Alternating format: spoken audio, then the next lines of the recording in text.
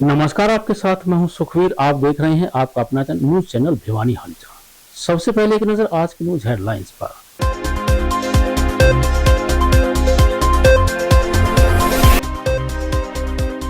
ओलावृष्टि से बर्बाद फसलों के मुआवजे की मांग को लेकर किसानों ने किया प्रदर्शन, सौंपा मांग पत्र।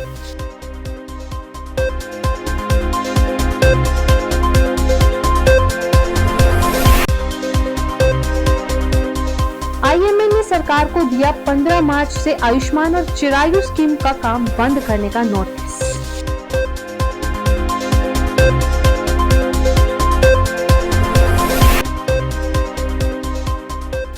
हैशटैग परीक्षा पर फिर उठा विवाद, अभ्यर्थियों ने नारेबाजी कर जताया रोष।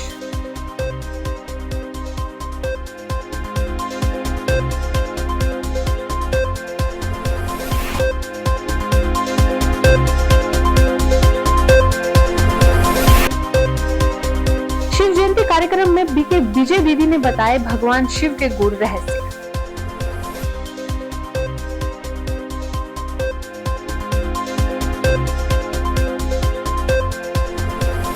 और अब खबरें विस्तार से। भारत का किसान किसी न किसी रूप में प्राकृतिक आपदाओं को झेलता रहा है। हाल ही में ओलावृष्टि के कारण नुकसान की भरपाई की मांग को लेकर मानेरू, मधमाधवी, धारेड़ू, कितलाना व गोरीपुर आदि के किसान उपायुक्त से मिलने लघु सचिवालय पहुंचे। विधायक घनश्याम सर्राफ व सीटीएम विशाल को सौंपे एक ज्ञापन के माध्यम से किसानों ने सरकार से विशेष गिरदावरी करवाकर फसल नुकसान का मुआवजा देने की मांग की।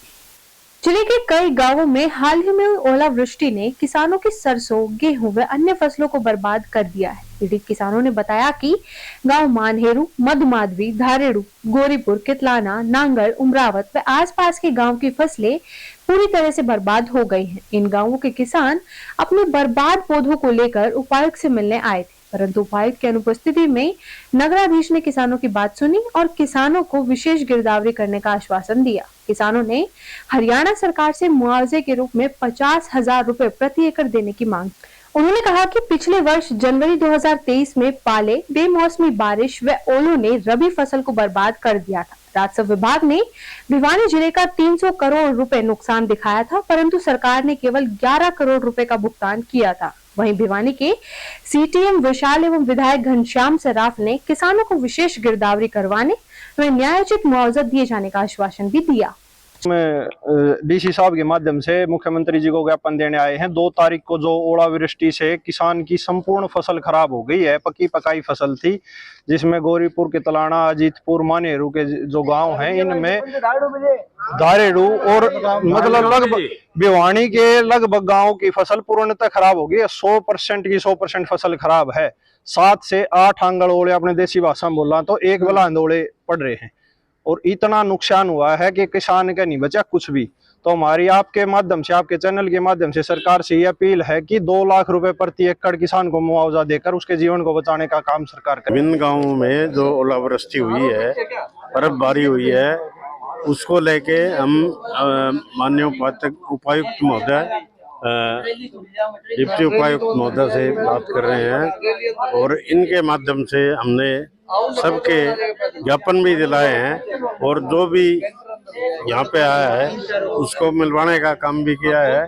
कोई भी अपनी समस्या को बताए, उन सब का इस बात का एक आग्रह है कि उन गांवों में तत्काल प्रभाव से गिरदावरी होगी और गिरदावरी के बाद जो भी रिपोर्टें आएंगी उनको हम सरकार के समक्ष ले जाने का काम करेंगे और जल्दी इनको मुआवजा दिलाया जाएगा। आयुष्मान व चिरायु स्कीम के तहत मरीजों का इलाज पर सरकार द्वारा बिलों में कटौती व भुगतान में देरी होने पर निजी अस्पताल संचालकों में भारी रोष है। भिवानी के चिकित्सक डॉक्टर राज मेहता व डॉक्टर त्रिलोकी गुप्ता ने बताया कि उनकी मांगे नहीं मानने पर आईएमए ने सरकार को 15 मार्च से आयुष्मान व चिरायु स्कीम के तहत मरीजों का इलाज न करने का नोटिस दिया है। आईएमए ने सरकार से नए पैकेज रेट को तुरंत प्रभाव से लागू करने व मरीजों के डिस्चार्ज होने के बाद 15 दिनों में बिलों के भुगतान की मांग की है। आयुष्मान भारत योजना को लेकर प्राइवेट अस्पतालों के डॉक्टरों में रोष है। आईएएम भिवानी जिले के जिला सचिव डॉक्टर राज मेहता ने बताया कि प्रधानमंत्री नरेंद्र मोदी ने देश को सितंबर 2018 में आयुष्मान भारत नामक एक अभूतपूर्व योजना समर्पित की थी। उसी वर्ष हरियाणा ने भी इस योजना को अपना लिया था। अब हरियाणा सरकार ने चिरायु कार्ड भी बना दिए हैं, जिसका लाभ और अधिक मरीजों को होगा। लेकिन दुख की बात है कि प्राइवेट अस्पताल आयुष्मान भारत योजना में लगभग लागत पर ही काम कर रहे हैं और उन्हें समय पर भुगतान करने में सरकार असमर्थ है। कॉन्ट्रैक्ट के हिसाब से भुगतान 15 दिन में हो जाना चाहिए, अन्यथा उस पर ब्याज दिया जाना चाहिए। हालत यह है कि ब्याज तो दूर बल्कि लागत भी महीनों तक नहीं मिलती। हरियाणा सरकार ने इस समस्या के निदान हेतु तुरंत कोई ठोस कदम नहीं उठाए तो मजबूरन सभी आयुष्मान अस्पतालों को अपनी सेवाएं स्थगित करनी पड़ेंगी। उन्होंने बताया कि हरियाणा के डॉक्टरों का डेलीगेशन IMA हरियाणा के नेतृत्व में कई बार आयुष्मान से जुड़े हुए मुख्यमंत्री और अधिकारियों से मिल चुका है और उनको अपनी समस्याओं के बारे में अवगत करवाया है। काफी समय बीत जाने के बाद भी कोई सकारात्मक कार्यवाही नहीं हुई है। डॉक्टर त्रिलोक ने कहा कि अगर सरकार द्वारा इन समस्याओं का तुरंत समाधान नहीं निकाला गया तो मजबूरन पूरे हरियाणा में आयुष्मान मरीजों का इलाज स्थगित करना पड़ेगा। आयुष्मान स्कीम जो हरियाणा सरकार और केंद्र सरकार की चल रही है पहले से, इस स्कीम के अंदर 2-3 तरह की मेन दिक्कतें आ रही थी, जिसके कारण जो आयुष्मान एम्पैनल्ड हॉस्पिटल्स हैं उन्होंने IMA के साथ मिलकर फैसला लिया कि जो गलत चीज़ें हो रही हैं उनके बारे में हम आवाज़ उठाएं और सरकार तक अपनी आवाज़ पहुंचाएं। तो सबसे पहला इसमें पॉइंट था कि जो पैकेजेस हैं इसके अंदर, क्योंकि केस टू केस बेस पे चेंज होते रहते हैं, तो उसमें देखा गया कि वो पैकेज काफ़ी पुराने हो चुके हैं अब, और उनके जो रेट हैं वो आज की डेट में वायबल नहीं है, उनसे काम नहीं चल सकता है हॉस्पिटल का। तो इसीलिए पैकेज रेट रिवाइज करने और नए पैकेज रेट जो है जल्दी से जल्दी लागू किए जाएं, ऐसी उनकी पहली मांग है। दूसरा, जो आयुष्मान पैकेजेस का जो पहले का बकाया है वो काफ़ी लंबे समय से बकाया है। हालांकि जो इनके टर्म्स एंड कंडीशंस थे उसमें लिखा हुआ है कि 15 दिन के अंदर इसकी पेमेंट कर दी जाएगी, परंतु कई बार कई महीनों तक जो है इनकी पेमेंट नहीं हो रही है और काफ़ी बकाया हो गया है, जो कि हॉस्पिटल जो खासतौर पे छोटे हॉस्पिटल्स हैं, इंडिविजुअल हॉस्पिटल्स हैं, उनके अंदर वायबल नहीं है कि वो कितने महीनों का करोड़ों रुपए बकाया अपनी तरफ लेके बैठे रहे। तीसरा जो इसमें सबसे इम्पोर्टेंट चीज़ है, डिडक्शंस। तो जो भी एक बार पेशेंट एडमिट हुआ उसके लिए सपोज एक पैकेज है कोई 20,000 का, 30,000 का, परंतु जब उसकी पेमेंट होने की बारी आती है अप्रूवल के बाद, तो पेमेंट करते वक्त कई बार तो बिना अच्छे से कारण समझाए ही उसके पैकेज के रेट से काफ़ी कम, इवन कई डॉक्टर्स का हमने देखा 80% तक की कटौती कर रखी है उसमें।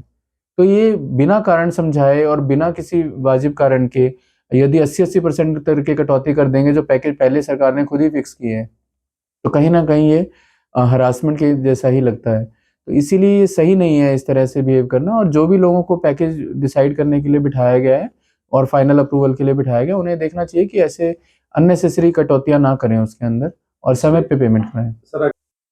मैं डॉक्टर त्रिलोकी गुप्ता भिवानी से सर्जन हूँ और 35 साल से भिवानी में सेवा दे रहा हूँ।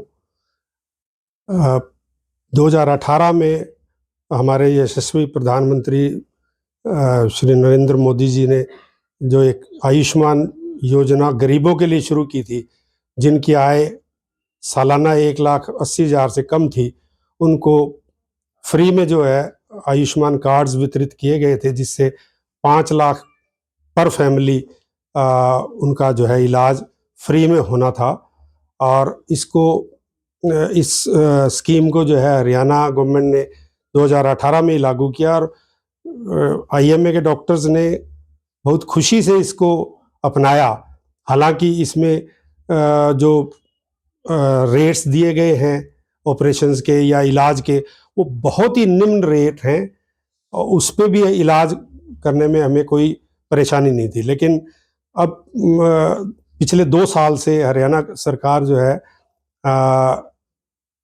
हमारे जो है जो ऑपरेशंस के या मरीजों के इलाज के पैसे देने में असमर्थ है। 2-3 महीने से 3-3 महीने की पेमेंट पेंडिंग रहती हैं, जबकि MOU में ये दर्शाया गया था कि 15 दिन के अंदर डिस्चार्ज के 15 दिन के अंदर पेमेंट आ जाएगी, लेकिन वो 3-3 महीने तक पेमेंट नहीं आती, जिससे हमारा जो है सारा अर्थव्यवस्था गड़बड़ा जाती है। और क्या निर्णय लेने का सर आगे की क्या स्टेप? निर्णय ये लिया गया IMA हरियाणा ने कि 1 मार्च से हम अब जो एक चिरायु योजना शुरू की है, जिसमें 3,000 से 5,000 रुपये लेकर हर एक व्यक्ति का बीमा किया जा रहा है हरियाणा सरकार द्वारा, उसको तो 1 मार्च से IMA ने बंद कर दिया है। इसको एंटरटेन करना। लेकिन जो आयुष्मान 1,80,000 से नीचे वाले वर्ग के लोगों का इलाज हम 15 मार्च तक करेंगे। अगर 15 मार्च तक हमारी मांगे नहीं पूरी की गई तो 15 मार्च से वो भी बंद कर दिया जाएगा। वर्ष 2023 में हरियाणा विद्यालय शिक्षा बोर्ड द्वारा संचालित एस्टेट परीक्षा में बोर्ड द्वारा घोषित पाठ्यक्रम से बाहर लैंग्वेज के पेपर्स देने से नाराज अभ्यर्थियों ने बोर्ड प्रशासन के खिलाफ जमकर नारेबाजी की। नारेबाजी कर रहे अभ्यर्थियों ने इस मामले में संबंधित अधिकारियों के खिलाफ कार्रवाई करने व सिलेबस से बाहर प्रश्नों के ग्रेस मार्क्स देने की मांग की। दिसंबर 2023 में आयोजित एचटेट परीक्षा में लैंग्वेज के दोनों पेपर में ग्रेस मार्क्स दिए जाने की मांग को लेकर एक बार फिर एचटेट अभ्यर्थी शिक्षा बोर्ड के बाहर एकत्रित हुए व जमकर नारेबाजी करते हुए रोष प्रदर्शन किया। वहीं अभ्यर्थियों का कहना है कि हरियाणा शिक्षा बोर्ड ने एचटेट का जो सिलेबस जारी किया था वह सीटेट सिलेबस का कॉपी था। अभ्यर्थियों ने कहा कि दोनों पेपर का सिलेबस एक जैसा होने के बावजूद भी पेपर पैटर्न को अलग रखा गया, जो कि अभ्यर्थियों के साथ नाइंसाफी। वहीं बोर्ड द्वारा लैंग्वेज के पेपर में अभ्यर्थियों को ग्रेस मार्क्स दिए जाने का भी कोई प्रावधान नहीं किया गया। अभ्यर्थियों ने मांग की है कि बोर्ड चेयरमैन सचिव पर कार्रवाई की जाए व उन्हें उनके पदों से निष्कासित किया जाए। मेरा नाम कपिल यादव है, मैं कनीना महेंद्रगढ़ से बिलोंग करता हूं और मैं एस्टेट टीजीटी और पीजीटी अभ्यर्थी रहा हूं। जो एस्टेट एग्जाम हुआ था दिसंबर में, उसमें इस बार जो एस्टेट का एग्जाम हुआ तो उससे पहले हरियाणा बोर्ड ने सिलेबस दिया था कि इस सिलेबस से एग्जाम पूछा है और सिलेबस बोर्ड ने दिया नहीं, इन्होंने सीटेट का सिलेबस उठा के कॉपी पेस्ट करके दिया था। तो हमारा मानना ये है कि अगर सीटेट जो है एक सेंट्रल बॉडी कराती है, सेंट्रल गवर्नमेंट कराती है, सीबीएसई कंडक्ट कराती है, स्टेट उनको फॉलो करते हैं। और जब इन्होंने सीटेट का सिलेबस अगर कॉपी किया है तो पेपर का पैटर्न भी इनका सीटेट वाला ही होना चाहिए था। जब हमने एग्जाम में जाके क्वेश्चन पेपर देखा तो इनका जो स्टेट का एग्जाम था उसमें हिंदी और इंग्लिश का जो पोर्शन था उसमें उन्होंने एज यूजुअल जो पुराना वाला पूछ रहे थे वही इन्होंने पूछा है। हमारा ऑब्जेक्शन ये है कि जो आपने सिलेबस दिया है आप उससे पूछिए। आप इसके लिए हमने आके बोर्ड में अवगत कराया, सेक्रेटरी मैडम को करवाया, चेयरमैन को करवाया। ये तो अपनी जिद पे अड़े हुए हैं जो हमने हाँ जी, पहले 11 दिसंबर को मैं आया था, हमारे साथ और भी साथी थे, इनको अवगत कराया था। कोर्ट में भी मामला गया हुआ है। कोर्ट में जो मामला गया है इन्होंने ये बोला है कि जी इस तरह से किसी भी तरह के ग्रेस का कोई प्रावधान नहीं है और ऐसे हम ग्रेस मार्क्स नहीं देते। जबकि आउट ऑफ सिलेबस का इन्होंने आरटीआई में जवाब दिया है कि 2017 में जो टीजीटी पंजाबी में 21 नंबर का ग्रेस दिया था वो आउट ऑफ सिलेबस होने के कारण दिया गया था। हमारे पास आरटीआई की कॉपी है, हम वो आरटीआई आप लोगों को सबमिट करवा सकते हैं। 21 नंबर जब वहाँ दे सकते हैं तो यहाँ पे 30 नंबर क्यों नहीं दे सकते? सर इन्होंने ना 2011 से स्टेट ले रहे हैं तो इन्होंने मतलब अभी तक जो 4-5 डिवाइड होता है ये इसमें पार्ट में, अभी इन्होंने कहीं पर भी ये नहीं लिखा भाई आपको इस पार्ट में इतने परसेंटेज लेनी है, कोई परसेंटेज नहीं किया। अब मान लो ये कह रहे हैं भाई कोई भी बच्चा 30 में से 30 नहीं ले सकता। क्यों नहीं ले सकता सर? अगर मान लो कोई बच्चा 30 में से अगर 18-20 नंबर ले रहा है उसको तो ये 1 नंबर की भी नहीं ग्रेस दे रहे। अगर कोई 0 या 5 नंबर ले रहा है उसको जिन्होंने 18 नंबर की ग्रेस दे दी।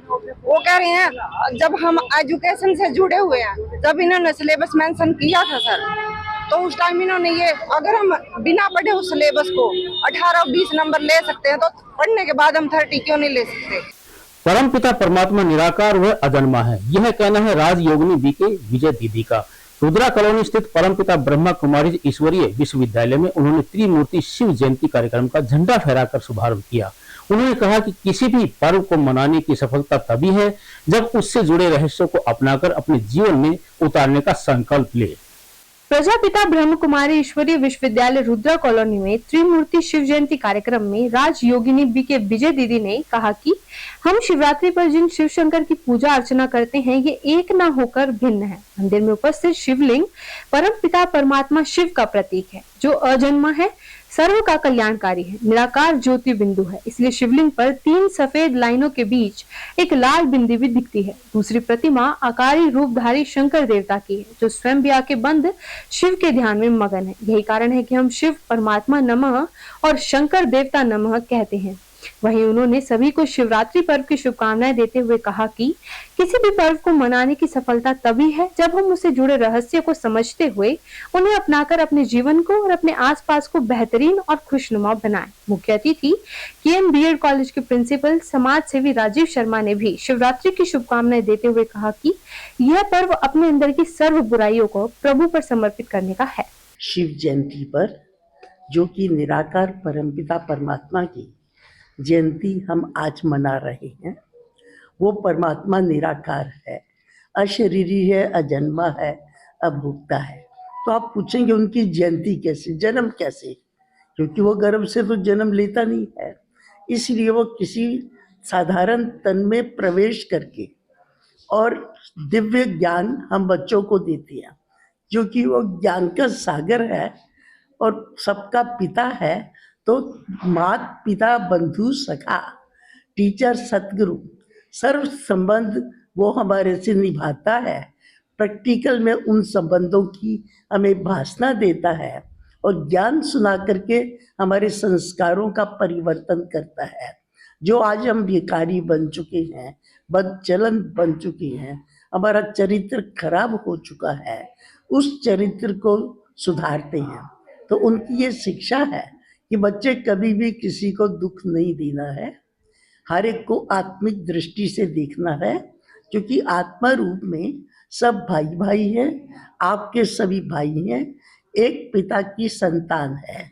इसलिए कहते हैं हिंदू चीनी मुस्लिम भाई भाई, तो हम सब भाई भाई हैं। इसलिए किसी के प्रति बुरी दृष्टि रखना, अशुभ सोचना, किसी के अवगुणों को देखना, ये सब पाप है। इसलिए कभी भी कोई पाप का कर्म नहीं करना है। मन में हमेशा मन वचन से और कर्म से प्यूरिटी हो। प्यूरिटी अर्थात कोई नेगेटिव संकल्प ना हो, कोई व्यर्थ संकल्प ना हो, सदा शुद्ध संकल्प हो, जिससे कि कर्म भी श्रेष्ठ होते हैं। इसलिए हमको शुद्ध बोलना है, शुद्ध करना है और शुद्ध ही देखना है। जितनी हमारे अंदर पवित्रता आती जाएगी, उतना ही शिव पिता की याद हम बच्चों में रहेगी और उस परमात्मा के द्वारा हमें शक्ति मिलेगी, पवित्रता मिलेगी, सुख मिलेगा और शांति मिलेगी। जयंती के कार्यक्रम पे हमारे ब्रह्मा कुमारी ईश्वरीय विश्वविद्यालय जो जोनल हेड ऑफिस है ORC, वहाँ से हमारी दीदी आई। हमने एक शोभा यात्रा निकाली और जिसके थ्रू जो शिव पिता है उसका स्वागत किया। और इस कार्यक्रम के अंदर केएम बीएड कॉलेज से राजीव शर्मा जी भी यहाँ उपस्थित रहे और नरोत्तम बागड़ी मीडिया विंग से यहाँ उपस्थित रहे।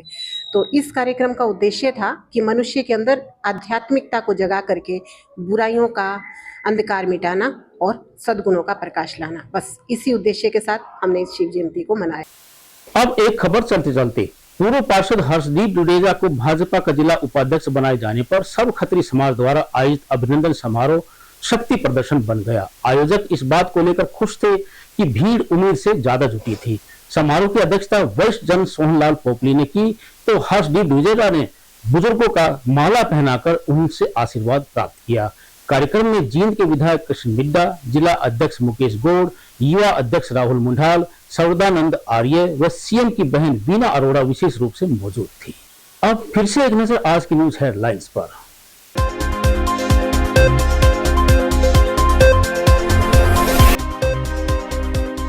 ओलावृष्टि से बर्बाद फसलों के मुआवजे की मांग को लेकर किसानों ने किया प्रदर्शन, सौंपा मांग पत्र।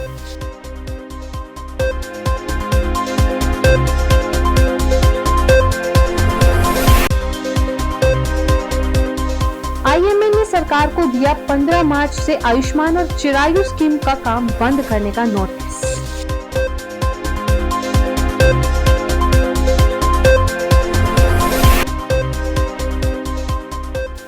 एचटेट परीक्षा पर फिर उठा विवाद, अभ्यर्थियों ने नारेबाजी कर जताया रोष।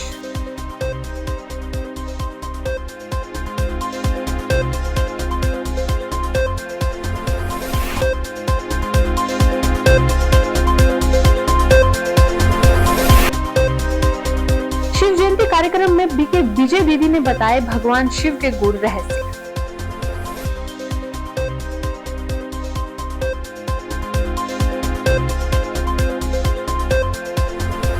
मुझे दीजिए इजाजत। देखते रहिए आपका अपना चैनल भिवानी हलचल।